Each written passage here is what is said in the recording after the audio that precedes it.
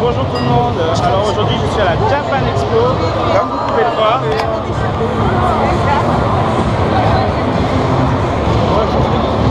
Et donc c'est le deuxième tour que j'ai ici. Aujourd'hui, hier j'étais déguisé. Donc aujourd'hui nous allons faire des petites interviews de cosplayers d'Ichiban Japan avec un peu de chance. Et nous verrons plein d'autres choses en rapport avec le Japon. Allez, à tout à l'heure. Pour commencer cette Japan Expo, je me suis d'abord dirigé du côté Japan. Ce qu'il faut savoir, il y a deux côtés. Le côté Japan Expo et le côté Comic Con. Comic Con un peu plus réservé aux jeux vidéo et autres. Ensuite, donc nous sommes côté Japan. On peut voir beaucoup de stands d'achat, des petits cosplays, Kukurumi comme ça, des Pokimonos, donc beaucoup de stands d'achat, des créateurs en général indépendants.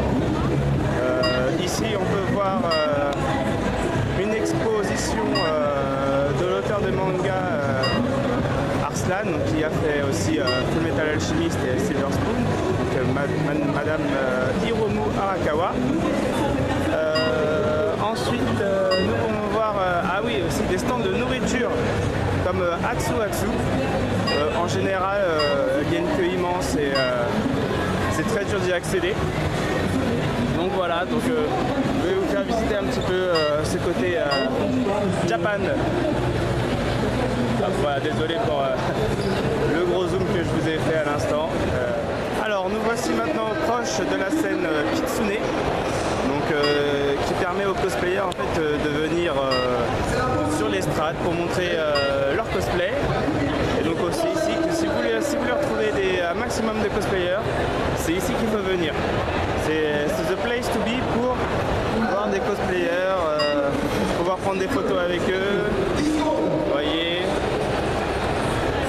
voilà, plusieurs groupes qui sont toujours en train de se faire prendre en photo. Je pense qu'ils ont du mal à avancer dans cette zone-là.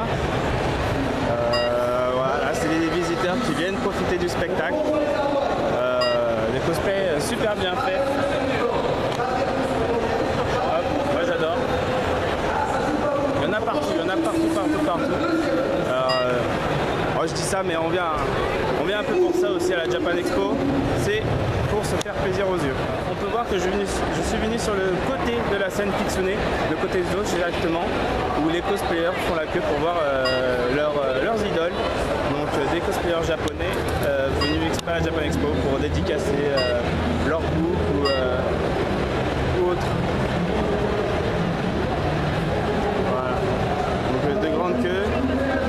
Une deuxième cosplayeuse se trouve juste ici. Alors c'est difficile de s'approcher. Beaucoup de cosplayers sont venus les voir. De très beaux. Qui ne déméritent pas. Regardez celui-ci, magnifique.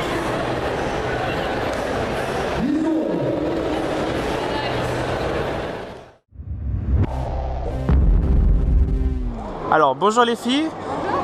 Tout d'abord, quel est votre personnage? Alors moi c'est Lightning de Final Fantasy XIII 2. D'accord. C'est rare, Final Fantasy XIII 2 aussi. D'accord, très bien. Vous êtes un duo? Oui, c'est ma sœur. D'accord. Alors qu'est-ce qui vous a fait aimer le Japon? Depuis petite en fait on a grandi dans l'univers des mangas, donc forcément après on s'est intéressé au Japon et on avait un magazine qui parlait du Japon aussi, Made in Japan, et on a toujours aimé cette culture. D'accord, très bien. Vous avez quel âge? 19. 19, hein. D'accord. Est-ce que vous prévoyez un futur voyage au Japon d'ici 1 an, 2 ans, bientôt? Oui, éventuellement l'année prochaine, j'aimerais bien y aller, ouais. D'accord. Je peux? Vous partez ensemble?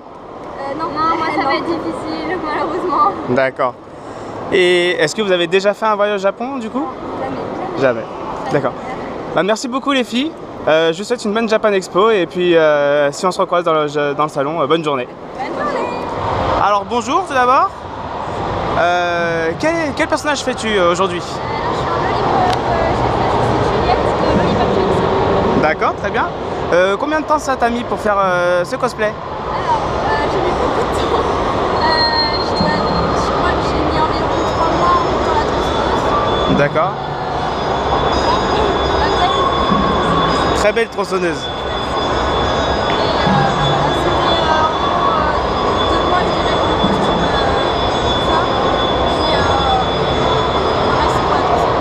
D'accord, effectivement ça a dû être un long travail de longue haleine. Alors d'où est venue cette passion pour le Japon? Japon, j'ai envie de dire, c'est les mangas, les jeux vidéo, tout ça, je suis accro littéralement au Japon. Je parle même en japonais des fois avec les gens. Ah super. Je suis fan du Japon, c'est rien que leur côté un peu taré. Parce que même moi je suis tarée de base, donc ça me plaît bien. Ah bah forcément tu vas avoir des affinités. Est-ce que tu as un futur voyage au Japon de prévu? J'aimerais. Tu aimerais? J'aimerais pas d'aller au Japon. Avec mon copain on prévoit de faire une petite colocation là-bas. Ah d'accord. Ah, donc tu n'as pas encore de projet prédéfini, tu aimerais, mais tu sais pas quand ça pourrait se faire. D'accord, donc tu n'es forcément pas encore parti. Parfait. Ah, merci beaucoup. Une petite dernière pause de fin de vidéo.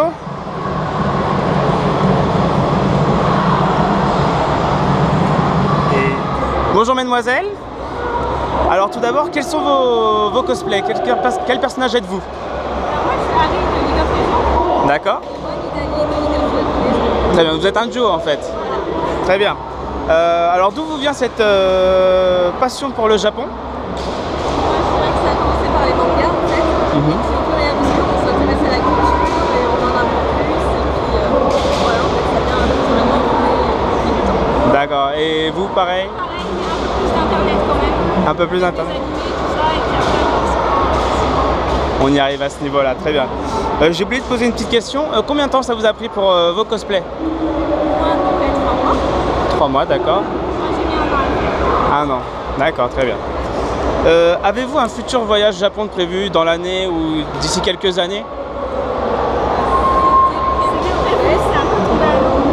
Mais ça reste dans les plans. Ça reste dans les plans. Oui, ça, le plan ne tombe pas à l'eau, vraiment, vous comptez quand même y aller à un autre moment. Très bien. Donc il n'y a pas encore eu de voyage avant. D'accord, très bien, merci. Une petite pause de combat pour finir la vidéo.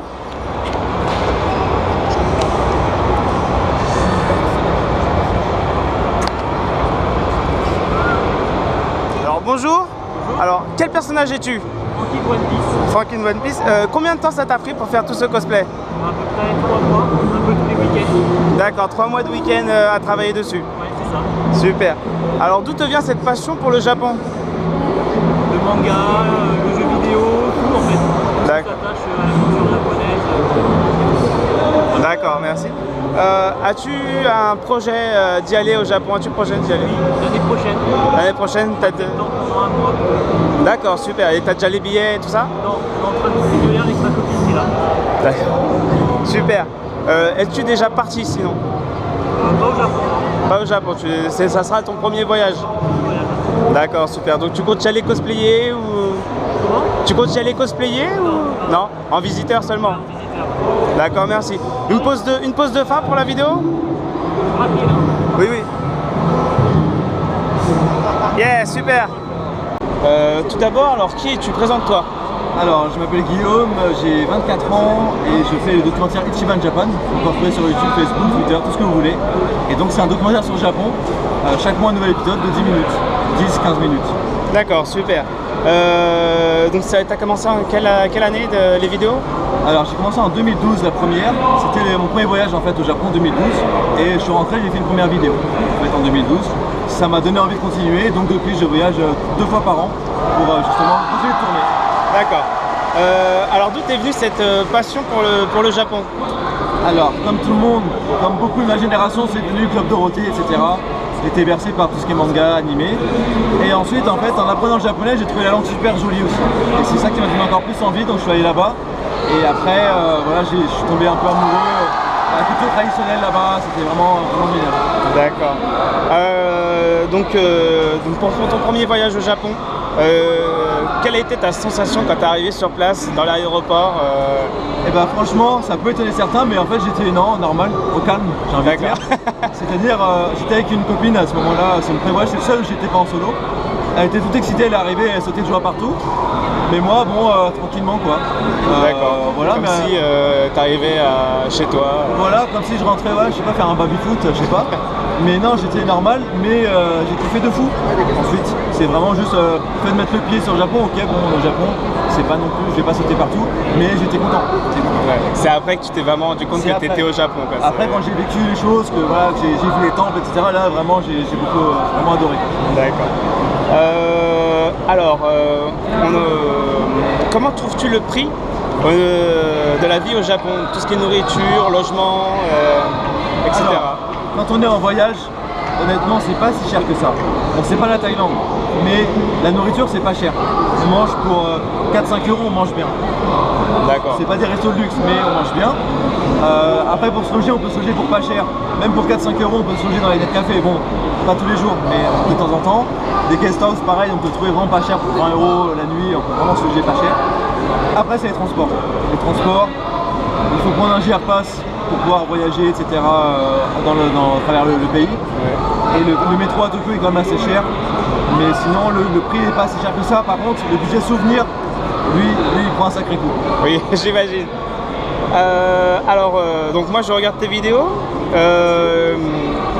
J'ai vu récemment donc, une petite photo sur ta page Facebook. Le premier jour où tu étais arrivé, donc tu as dormi dans un coffre de voiture. Exactement. Raconte-moi cette expérience. Alors, je me ramène à Tokyo. Je prends tout de suite le TGV, 3 heures de TGV, enfin 2h30 pour aller à Nagoya, pour rejoindre un pote. Il m'emmène faire une soirée. Et il m'avait dit on ira dormir soit chez moi, soit dans un net café, etc. Il a trop bu, il ne peut pas conduire.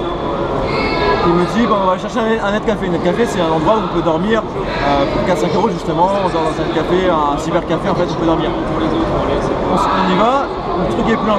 On en fait un deuxième, c'est plein. Un troisième, c'est plein. On se dit bon, on va faire un karaoké, on peut dormir dans les karaokés. Ah d'accord. On y va, c'était 40 euros par personne, un truc comme ça, c'était beaucoup trop cher. Effectivement. Je me dis écoute, on va aller dans le coffre de la voiture, on va dormir. Et en fait on était trois. Il y avait moi, mon pote japonais et un russe, un pote à lui. Deux dans le coffre et un devant, mon pote japonais qui était devant. Au calme dans le coffre de voiture pour une première nuit. Voilà. On avait l'air de Romano, mais c'était un truc marrant, c'était une expérience super marrante à faire. Mais après le lendemain j'étais pas bien du tout quoi. Parce que dormir 2 heures dans la voiture, Ah oui. en plus j'étais pas douché, j'étais rien du tout parce que je venais de l'avion. Donc j'avais fait déjà une journée de vol, je me ramène une nuit blanche, j'ai les mêmes habits, pas de déo, etc. J'étais pas bien du tout. Ouais. L'expérience était marrante, mais après c'était. Ouais, mais bon, c'est l'aventure quoi. Voilà, c'est ça, c'est des choses qu'on prépare pas, mais qu'on aime bien vivre quand même. Exactement. Super. Je vais sauter une question parce que j'ai presque plus de batterie. Pour conclure, qu'est-ce que tu peux nous dire aux abonnés, aux Alors, autres? ce que je peux vous dire, c'est que le Japon, bien sûr, c'est bien kawaii, manga, etc. Bien sûr, on vient tous de là. Mais moi, ce que j'essaie de montrer à travers la vidéo, c'est que on vient de là, mais on peut découvrir autre chose. Et quand on découvre l'autre chose, tout ce qui est plutôt traditionnel, voilà, etc., c'est meilleur. Ça, on aime encore plus. Donc n'hésitez pas à découvrir ça. Et voilà, n'hésitez pas à suivre mon Japon aussi, hein, quand il va partir. C'est gentil, c'est gentil. Ah, mais vraiment, parce que c'est intéressant d'avoir le point de vue de tout le monde. Et chacun, c'est pour ça que j'aime bien le titre Mon Japon, chacun a son Japon à lui à raconter. C'est pour ça que j'ai eu du mal à trouver un nom. Et quand je me suis dit, c'est mon voyage, et je vais faire montrer mon voyage. Et à force de dire mon dans ma tête, je fais mais c'est mon voyage au Japon, c'est mon Japon. Il y a 36 000 manières d'aborder la chose, on a tellement de choses à faire, on a tellement de choses à apprendre en fait. Donc voilà, c'est très bien de faire ça. Merci beaucoup Guillaume. Merci à toi. Je suivrai encore et toujours donc, la chaîne Ichiban Japan. Ça fait plaisir. Abonnez-vous aussi, hein, allez la suivre si vous ne le connaissez pas encore, bon, ça m'étonnerait mais bon. Et profitez du voyage, si vous aussi vous pouvez partir au Japon. Abonnez-vous à la chaîne, celle de Guillaume. Et bye bye. Et voilà, c'est la fin de Japan Expo, la fin de cet épisode. Comme vous pouvez voir, il y a plein de gens qui s'en vont derrière moi. Je voudrais remercier toutes les personnes qui ont été d'accord pour que je puisse les interviewer, donc Ichiban Japan et tous les autres cosplays. Pour moi, c'était une super journée, la dernière journée malheureusement, il en reste encore 2 pour la Japan. N'hésitez pas à vous abonner à la chaîne, à me suivre sur la page Facebook, Twitter. Vous pouvez retrouver les liens en dessous de la description, enfin dans la description du moins. Encore merci et puis à bientôt, ciao.